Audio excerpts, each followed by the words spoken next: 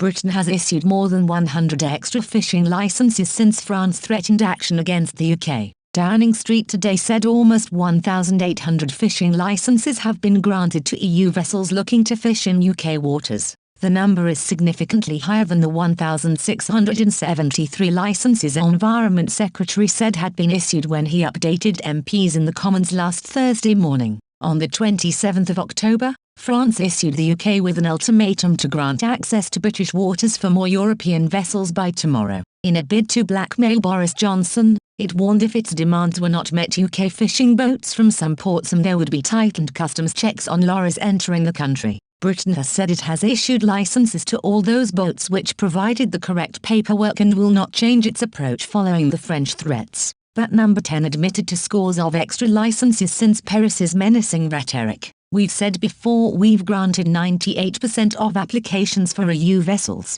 That's nearly 1,800 licenses in total, a Number 10 spokesman said this morning. You'll be aware that under the Trade and Cooperation Agreement, to receive a license a vessel would need to prove they have fished for 1 day a year over the course of 4 years, he added. Where we do have data that can help support those vessels that are applying for a license, we would make that available. The admission comes despite Foreign Secretary Liz Truss vowing the UK will not roll over in the face of unreasonable threats made by Mr Macron's government. Ms Truss told BBC Radio 4's Today programme, "Those threats are completely unwarranted. We allocated the fishing licenses completely in line with what is in the trade agreement with the EU and the French need to withdraw those threats. Otherwise we will use the dispute resolution mechanism in the EU deal to take action," she added. "We are simply not going to roll over in the face of these threats." Last night France was standing firm on its position and warned the UK it now has just 24 hours left to avoid retaliatory measures. In a post-G20 press briefing in Rome,